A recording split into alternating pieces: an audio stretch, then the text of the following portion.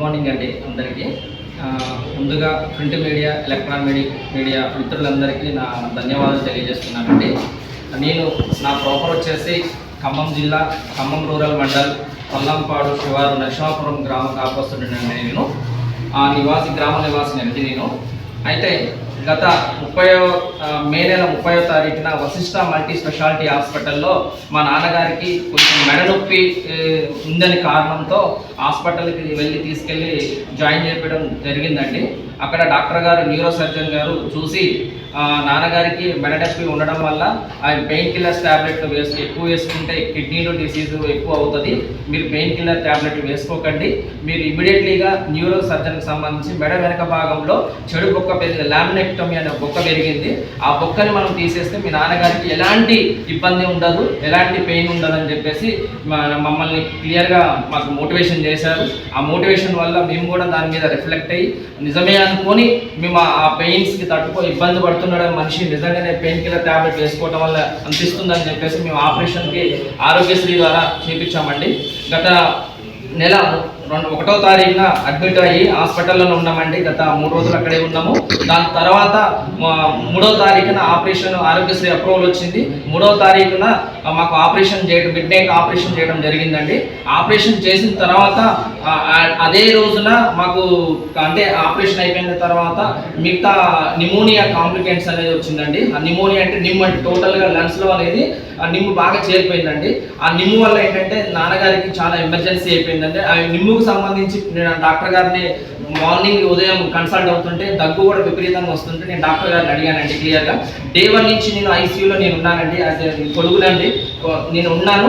అయినా కూడా డాక్టర్ గారు ఏం చెప్పారంటే దగ్గు వస్తే మంచిదేనండి, క్లియర్గా మనకు రావడం వల్ల ఆ సింటమ్స్ వల్ల బెటర్ ఉంటుంది. కానీ అక్కడ మేము మల్టీ స్పెషాలిటీ హాస్పిటల్ అని చెప్పేసి మోసపోయి కార్పొరేట్ లెవెల్లో ఇన్ఫ్రాస్ట్రక్చర్ చూసి మేము క్లియర్గా మోసపోయినామండి. ఇలాంటి హాస్పిటల్స్ని మీరు తగు చర్య తీసుకోవాలని గవర్నమెంట్ కూడా డిమాండ్ చేస్తున్నాను. ఎందుకంటే ఆరోగ్యశ్రీ అనేది పెద్ద పథకం అంటే పేదలకు చాలా ఒక గొప్ప వరం లాంటి పథకం అండి ఇది. ఆ పథకాన్ని వాళ్ళు విధి విధానాలు, గవర్నమెంట్ యొక్క విధి విధానాలని క్లియర్గా తొంగలో దొక్కి వాళ్ళ కార్పొరేట్ స్టైల్లో వాళ్ళ యొక్క రూల్స్ రెగ్యులేషన్స్ ఇంప్లిమెంట్ చేస్తున్నారండి. ఇలాంటి చర్య ఇంకొకరికి జరగకుండా ఈ మన ఖమ్మం జిల్లాలో తెలుసు మీకు, ఎందుకంటే కార్పొరేట్ లెవెల్లో ఎంత మాఫియా జరుగుతుందో మీకు తెలుసు. ఈవెన్ ఒక ఫీవర్ కానీ వైరల్ ఫీవర్ అయినా వస్తే ఎంత పేషెంట్ దగ్గర నుంచి ఎంత లాగుతున్నారని తెలుసు. నేను అవన్నీ కూడా ఆ విషయాలు కూడా మీకు నేను చెప్పదలుచుకోవట్లేదండి, ఎందుకంటే నాకు జరిగిన అన్యాయం గురించి నేను మాట్లాడుతున్న ప్రస్తుతానికి.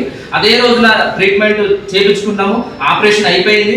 ఆపరేషన్ అయిపోయిన తర్వాత మాకు సైడ్ ఎఫెక్ట్ అనేది కంపల్సరీ వస్తుందని తెలుసు, కానీ డాక్టర్ గారు ఆ విషయం మీద నెగ్లెక్ట్ చేశారండి, నిర్లక్ష్యం వహించారు. ఐసీయూ అని పెట్టుకున్నారు. ఐసీయూలో మినిమం ఒక కనీసం జూనియర్ డాక్టర్స్ కూడా అవైలబుల్ లేరండి. మల్టీ స్పెషాలిటీ అంటే అర్థమైందండి అని నేను క్వశ్చన్ చేస్తే ఒకటి న్యూరో సర్జన్ ఉన్నారండి, కన్సల్టెంట్ ఉన్నారండి, అండ్ నెక్స్ట్ ఇంకొకటి డెంటల్ డాక్టర్ ఉన్నారండి. ఒకరు 2 డాక్టర్లు ఉంటే దాన్ని మల్టీ స్పెషాలిటీ అనే వాళ్ళు ఎగ్జాంపుల్ ఉదాహరణ కూడా చెప్పారండి నాకు, కానీ అది కరెక్ట్ కాదని నేను అనుకున్నాను.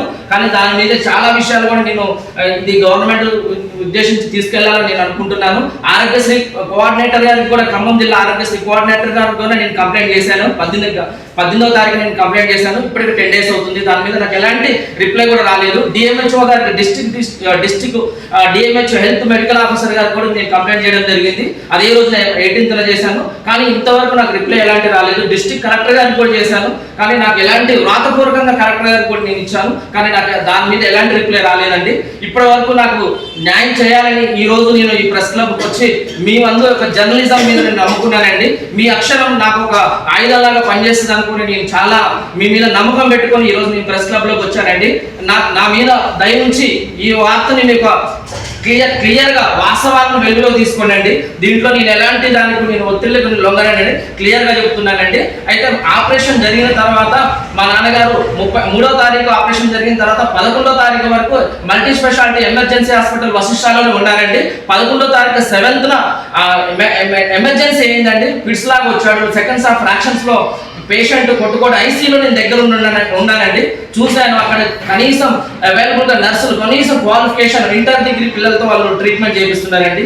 కనీసం ఒక ANM, GNM, BSc nurse, MSc nurse, staff nurse అలాంటి క్వాలిఫికేషన్స్లో ఉన్న వాళ్ళని కూడా వాళ్ళు మెయింటైన్ చేయట్లేదండి. కనీసం ఒక జూనియర్ డాక్టర్స్ లేరు, ఒక డ్యూటీ డాక్టర్స్ లేరు, కనీసం ఎలాంటి లేకుండా వాళ్ళు కార్పొరేట్ లెవెల్లో ఒక గొప్ప అని చూపించుకోండి, ఇన్ఫ్రాస్ట్రక్చర్ చూపించుకోండి సరిపోదండి. ఇది గవర్నమెంట్ కూడా ఆరోగ్యశ్రీ విధి విధానాలను వాళ్ళు తుంగలో దొక్కేస్తున్నారండి. క్లియర్ కట్ గా మనకు తెలుస్తుందండి. నా దగ్గర క్లియర్ ఎవిడెన్స్ ఉందండి.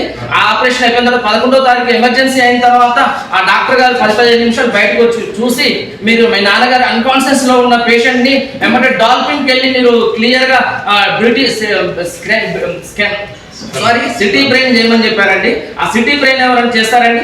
అలాంటి పేషెంట్ ని, అలాంటి సిచ్యువేషన్ ఉన్న పేషెంట్ ని ఆయన సజెషన్ ఇచ్చేది, న్యూరో సర్జన్ ఇచ్చే సజెషన్ అదండి. అదే నేను అడిగే క్వశ్చన్ చేశా, ఇది కరెక్ట్ కాదండి, మీ మీ మీ వైద్యుల నిర్లక్ష్యం వల్ల ఈ రోజు మా నాన్నగారికి ఎమర్జెన్సీ అయిందండి. మిమ్మల్ని నమ్మి వచ్చాం, మేము కార్పొరేట్ లెవెల్లో మిమ్మల్ని ఇన్ఫ్రాస్ట్రక్చర్ చూసి మిమ్మల్ని నమ్మి వచ్చామండి, మీరు ఇది చేయడం కరెక్ట్ కాదండి అని చెప్పేస్తే వాళ్ళు అంబులెన్స్ లో ½ గంట బయటకు షిఫ్ట్ చేసి రోడ్డు మీద ఉన్నాడండి. అప్పటికప్పుడు నేను డెసిషన్ తీసుకొని మమతా సూపర్ స్పెషాలిటీ హాస్పిటల్ తీసుకెళ్లానండి. అదే రోజు Mamata super speciality mid night నాకు రిపోర్ట్ ఎమర్జెన్సీ సర్టిఫికేట్ ఇచ్చారు. ఏదైతే ఇక్కడ ట్రీట్మెంట్ జరిగిందో, ఏదైతే నేను ఆపరేషన్ చేయించానో అదే ఆపరేషన్ మీద నాకు ఎసెన్షియాలిటీ సర్టిఫికేట్ కూడా తీసుకున్నానండి, ఎమర్జెన్సీ సర్టిఫికేట్ తీసుకున్నాను. ఆ 11 days కూడా నాకు వెంటిలేటర్ మీద పేషెంట్ ఉన్నాడు. గత 12 రోజులు కూడా 11 నుంచి 22వ తారీఖు మా నాన్నగారు ఉదయం 7 గంటలకు చనిపోవడం జరిగిందండి. ఇది నా ఉదయం అంటే ఏమంటున్నానంటే, ఇది కృతజ్ఞత భావంతో కానీ హ్యుమానిటీతో కానీ నా బాధతో పేషెన్స్తో నేను మీకు అందరికీ తెలియజేస్తున్నానండి. దీని మీద చట్టరీత్యా తగు నిర్ణయాలు తీసుకొని దీని మీద విచారణ జరిపించాలని నేను హృదయపూర్వకంగా మిమ్మల్ని ప్రార్థిస్తున్నానండి. గుటా పుట్టిన 11 ఉదయం నన్ను 11 ఉదయం రోజు డిశ్చార్జ్ చేశారు. అదే పేషెంట్ ఆరోగ్యశ్రీ వాళ్ళ దగ్గర ఫోటోస్ ఉన్నాయి, మీరు కావాలంటే కలెక్ట్ చేసుకోవచ్చు. స్ట్రక్చర్ మీద పేషెంట్ ని డిశ్చార్జ్ చేశారండి. అది కూడా మీరు మీ దగ్గర ఫోటోస్ ఎవిడెన్స్ కూడా కలెక్ట్ చేసుకోవచ్చు క్లియర్ కట్ గా. నెక్స్ట్ అదే రోజున 7th 7 గంటలకి పల్మనాలజీని పిలిపిస్తామని చెప్పి పల్మనాలజీని ఉదయం 10 గంటలకు రిఫరల్ పెట్టి సాయంత్రం 7 గంటలకు వచ్చాడండి బయట డాక్టర్, ఓపీ డాక్టర్. చూసి ఆయన నిమ్మ అనేది కేర్ఫుల్ గా ఎక్కువగా ఉన్నది, చాలా ఎక్కువ ఉన్నది. అందువల్ల గత వారం రోజుల నుంచి ఇట్లా ఉండడం వల్ల ఇది అనేది ఎక్కువ రిఫ్లెక్ట్ అయిపోయింది, ఆ బ్యాక్టీరియా అనేది ఎక్కువ ఫామ్ అయింది, అందువల్ల ఎమర్జెన్సీ అయ్యే పరిస్థితి వచ్చిందని చెప్పేసి పల్మనాలజీ గారు చెప్పారు. కానీ ఆయన మెడిసిన్స్ రాశారు. రాసిన తర్వాత కూడా 1 or 2 doses ఎక్కించారు. ఎక్కించిన తర్వాత ఎమర్జెన్సీ ఫిట్స్ లాగా వచ్చిందండి.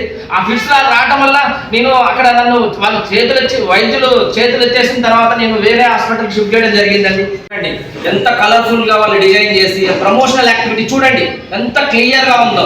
వాళ్ళు క్లియర్ గా కూడా ఇక్కడ ఎమర్జెన్సీ క్రిటికల్ కేర్ వైద్య సేవలు ఉన్నారు. అదే మేనేజ్మెంట్ నేను అడిగితే వాళ్ళు ఏమన్నారంటే, ఎమర్జెన్సీ అంటే చెప్పారు 1 or 2 డయాగ్నోసిస్ కానీ 1 or 2 MDs ఉంటే అది క్రిటికల్ కేర్ అంటండి. అంటే అనస్థిషియా అనే డాక్టర్ ఉంటే, మత్తు ఇచ్చే డాక్టర్ ఉంటే అతనంట ఎమర్జెన్సీ క్రిటికల్ చూస్తారంట. ఇది వాళ్ళు చెప్పే సమాధానం అండి క్లియర్ గా హాస్పిటల్లో. లైక్ చేయండి, షేర్ చేయండి, సబ్స్క్రైబ్ చేయండి. మరిన్ని వీడియోల కోసం బెల్ సింబల్ పై క్లిక్ చేయండి.